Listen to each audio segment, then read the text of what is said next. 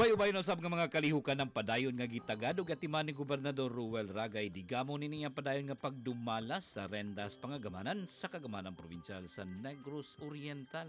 Kini mo'y unod sa padayon nga hugna sa programang Provincial Report dining tuig 2017, Abril 1 nga edisyon. Padayon nga andam og bukas ang kagamhanang probinsyal alang sa pagsulod og mga bag-ong kasabutan inabinagayod ang may kalambigitan sa panalapi sa lalawigan. Apan mato ni Gobernador Digamo, kinahanglan nga balansihon og hanayon ang mga lakang alang niini nga katuyuan aron dili mausik ang salapi sa kagamanan nga gikan sa buhis sa mga katawhan. Mga panahom nga gipadayag ni Gobernador Digamo dungan siyang mainiton nga pagdawat ni Development Bank of the Philippines kon DBP President Cecilia Borromeo ug Vice President Anthony Robles Baguaylang.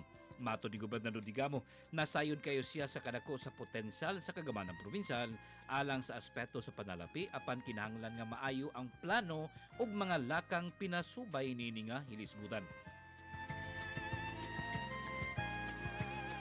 Kung kay baluan misulod og usa ka kasabutan ang kagamhanang probinsyal alang sa paghulam og mukabat sa 350 milyones pesos alang sa katukuran sa Negros Oriental Provincial Hospital Central Block Building. Kini ang sa kasamtangan padayon nga gibayaran sa kagamhanang probinsyal ug uban pang mga pundo nga gihulaman sa miaging mga panahon. Subay niini mato ni Gobernador Digamo, maayo kayo ang mga gitanyag nga pamaagi sa among financial institution apan mas maayo gayod nga mahanay ang mga plano nga buot pagasubayon sa kagamhanang probinsyal. Kining tanan ang kalakip gayod sa padayon nga paningkamot alang sa pagpalambo pa sa lalawigan sa Negros Oriental.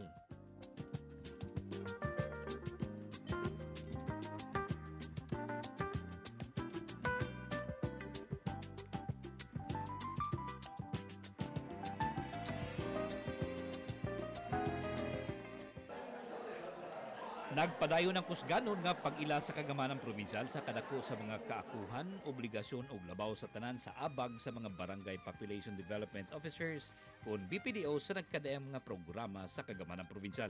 Kini labi na gayud alang sa paghatod sa mga serbisyo sa mga kagamhanan, paduol gayud sa mga katawhan sa kabaranggayan ning lalawigan.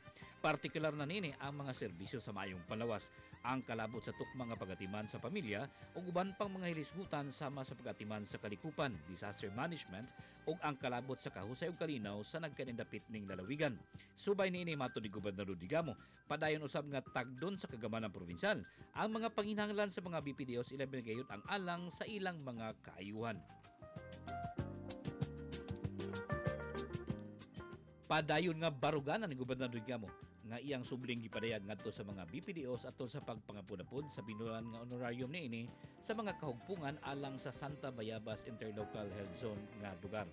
Kung kay baluan ang matag BPDO ang makadawat kini og tag 400 pesos matag bulan o 4,800 pesos matag tuig nga ilang madawat nga tinibuok sa usa ka higayon sa usa ka tuig. Sa October na subay nini mato ni Gobernador Digamo ang kagamhanang probinsyal ang sa kanunay padayon nga gaila sa mga kaayuhan nga nahimo sa mga sektor alang sa mga katawhan ilabi na gayud sa kabukiran.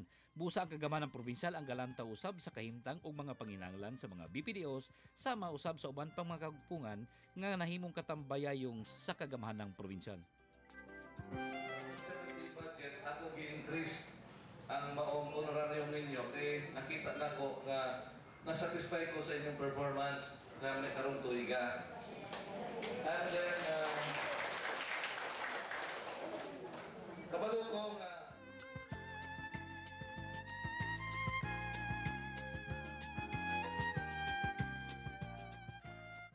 wala, dili na mag-response ang tag 6,000. Supposedly, padawat na ninyo ron, unta ang 6,000. Pero kay kung ato itong postpone, ibalik na ko na ito sa gunian, malugay naman, yung rating naman puno kaula, di ba? So anyway, sigurado ko na sa 2017 budget, ako gi-increase ang maong honorarium ninyo, kaya nakita na ko nga nasatisfy ko sa inyong performance na may karong tuiga. And then,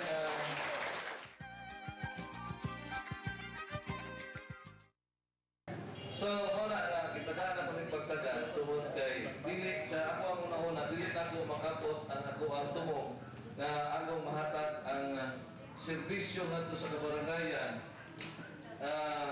kung dili pinaagi ka ninyo. Kaya di man ako ni magaya ka kung usang ambulansya dito sa inyong barangay, di ba?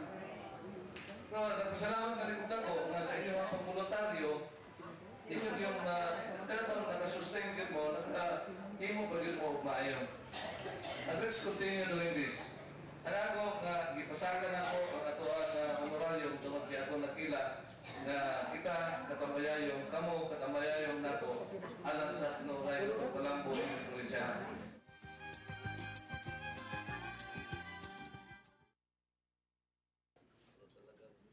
Hugtanon gayud nga pakigtambayayong ang kanunay nga itunol ni Gobernador Digamo tali sa nagkanyang ahensya sa kagamanan ug sektor sa katilingban alang sa mas kusganon nga kampanya batok kriminalidad dinhi sa lalawigan.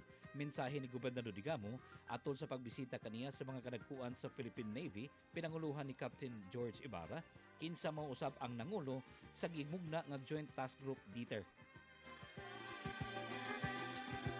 Kini mao usab ang higayon atol sa pagdunggo sa lapihan dinhi sa lalawigan. Sa BRP Batak ang usa ka dakong barko sa Philippine Navy nga mipahigayon og pagpatrolya sa kadagatan sa Visayas regions. Kini kalakip gyapon sa mga lakang alang sa tumong pagpalikon pa sa kampanya batok sa nagkadiang hulga sa seguridad sulod ug gawas sa lalawigan. Kung kibaluan, usa ka interagency task force ang gimugna alang sa paghanay ng daan sa mga lakang aron malikayan o mapungan ang dili mayong mga panghitabo ilabi na gayud ang may kalambigitan sa terorismo. Sa sayo pa gimugna sa kagamanan provincial ang Joint Task Force Leon Kilat isip usa ka hugpong sa mga law enforcement agencies, ahensya sa kagamanan ug buhatan sa kagamanan provincial alang sa mas halapad ug kusganon nga anti-criminality campaign dinhi sa lalawigan. Samtang ana ang lalawigan sa Negros Oriental ni nausab gimugna ang nasyonal nga kagamanan pinaagi sa Armed Forces of the Philippines kon AFP nga Maritime Joint Task Group DITER nga alang sa kampanya batok sa terorismo, partikular na gayon nini ang kampanya batok sa kidnapping. Subay nini gipadayag ni Gobernador Digamo iyang dakong pasalamat sa nagkadayang ahensya sa kagamanan subay sa ilang gipadayag nga kadasig aron mapanalipdan ang lalawigan gikan sa mga dili mayong kalihukan.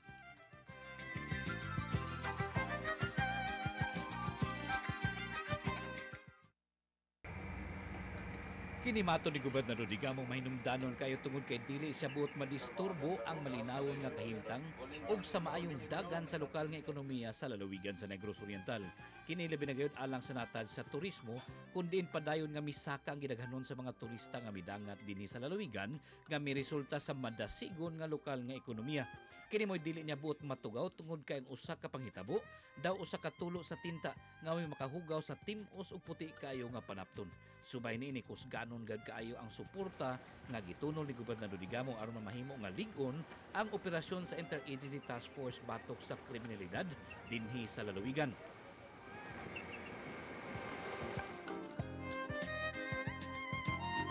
Samtang ubay-ubay nga mga kahigayunan ang nakita ni Gobernador Digamo sa iyang matagkaron og unya nga paglawig sa naila nga Tanyon Strait. Ang Tanyon Strait mao ang kadagatan nga gaulang sa lalawigan sa Negros Oriental o kaha ang isla sa Negros gikan sa isla sa Cebu, Bohol ug Siquijor.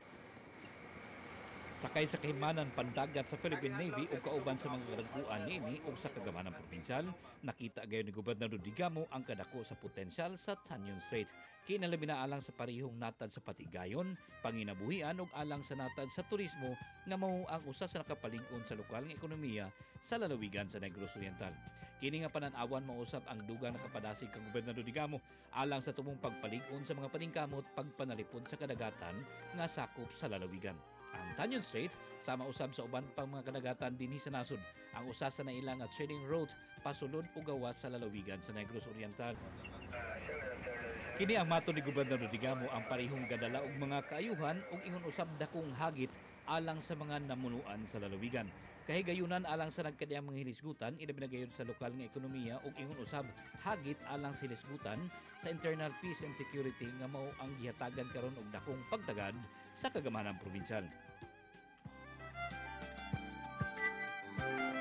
Kini mao hinungdan nga dakong suporta ang gitunol gilayon ni Gobernador Digamo alang sa gimugna nga Joint Task Group DITER. Kini pinaagi sa paggahin og usa ka espasyo nga mao ang mamahimo nga luna alang sa matag adlaw nga kalihukan sa maong kahugpungan. Sa iyang bahin padayon usab nga gipakusgan ni Gobernador Digamo ang iyang giduso nga Task Force Leon Kilat. Ang duha ka mga kahugpungan ang gilauman nga makapalig-on sa mga gihan-ay nga mga paningkamot alang sa pagluwas sa lalawigan sa Negros Oriental gikan sa nagkadiang hulga alang sa natad sa seguridad.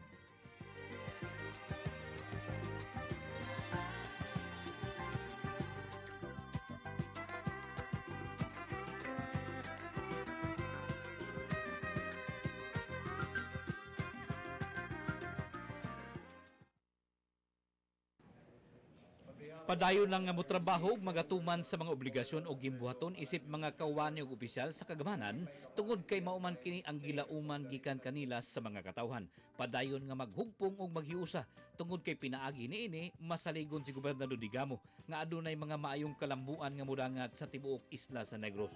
Unod sa mensahe ni Gobernador Digamo atol sa lain usab nga hugna sa panagtagbo sa Regional Development Council kun RDC Negros Island Region nga gipahigayon sa dakbayan sa Kanlaon Baguhay lang.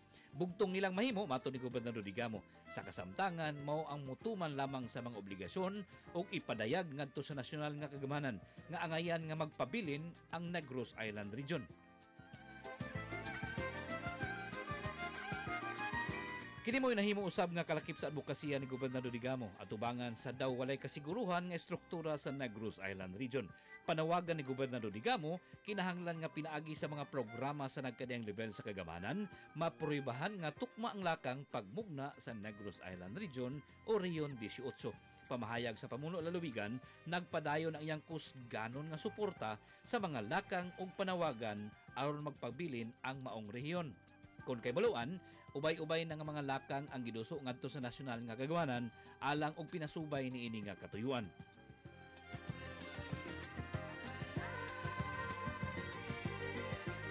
Samtang bisan pa niini nga estado sa Negros Island Region, dako gyapon kayo ang pasalamat ni Gobernador Digamo sa mga positibo nga pananawan sa mga sakop sa Regional Development Council.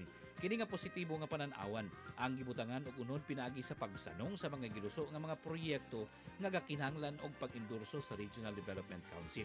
Kini labi na sa habig sa lalawigan sa Negros Oriental nga gaduso og mga dagko kayong proyekto nga gakinahanglan og dakong pundo gikan sa nasyonal nga kagamanan.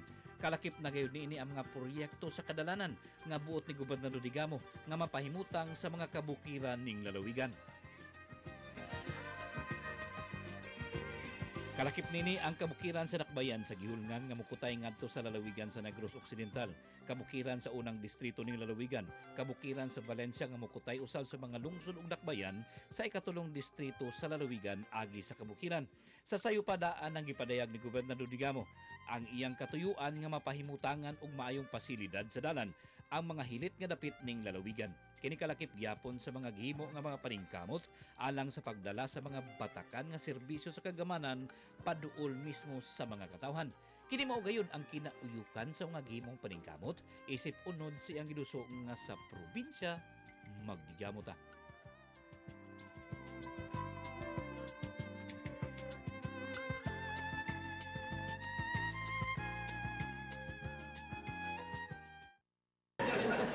I hope that the Secretary Jokno will understand the clamor of the people of Negros. Diba? Kaya itong problema hindi karon si Secretary Jokno naman lang. Ang Presidente din rumigod tayo, problematic si President Dado that he can understand very well our concerns in Negros Island. So hopefully, makonvince na yun nato sila. And one of the indications why the President will not dissolve the Executive Order number 183 is because I was being appointed by him as the Negros ARPO, the Regional Peace and Order Council of NIR. Si President Duterte mag-gobierno sa ito, pati lang yun niya i-dissolve ang NIR. So wala ba sense o iyang i-dissolve, di ba? So ato na lang ini, magpangamuyo na lang ta kasi si Secretary Jokno, muhatag na ito budget. And I hope he will be convinced. Mayroon man siya unconstitutional, we will talk about it later. Nagaya sa big budget, and we will make this constitutional aligned. Di ba? So, sa pagkakaroon,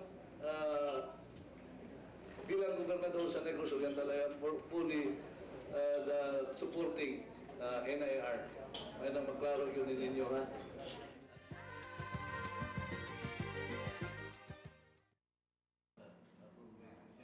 Nagpadayon ng kusganon nga suporta sa kagamanang probinsyal alang sa mga kalihukan nga may kalambigitan sa natad sa paugnat sa kusog.